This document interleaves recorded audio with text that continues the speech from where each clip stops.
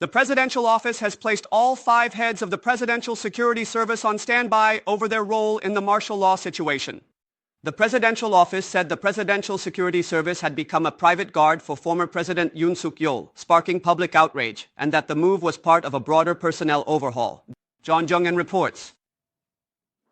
The presidential office declared today that it had conducted a personnel committee meeting and placed all 5 heads of the Presidential Security Service on standby.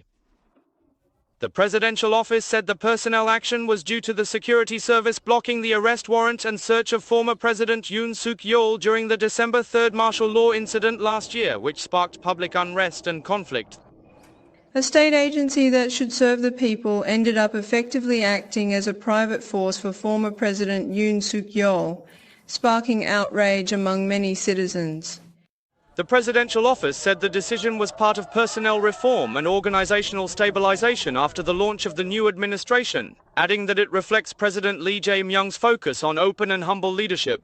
Earlier on the 4th, President Lee appointed Hwang In-kwon as chief of the Presidential Security Service and called for a reform of the agency's structure. From now on, we will drive change in the Presidential Security Service through open and humble protection that truly serves the people. The Presidential Security Service also released a statement saying it would reflect deeply on its actions and sincerely apologize to the public, vowing to undergo painful reform and rebuild itself.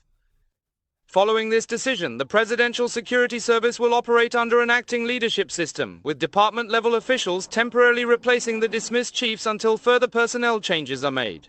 MBN News, Jeon Jung In.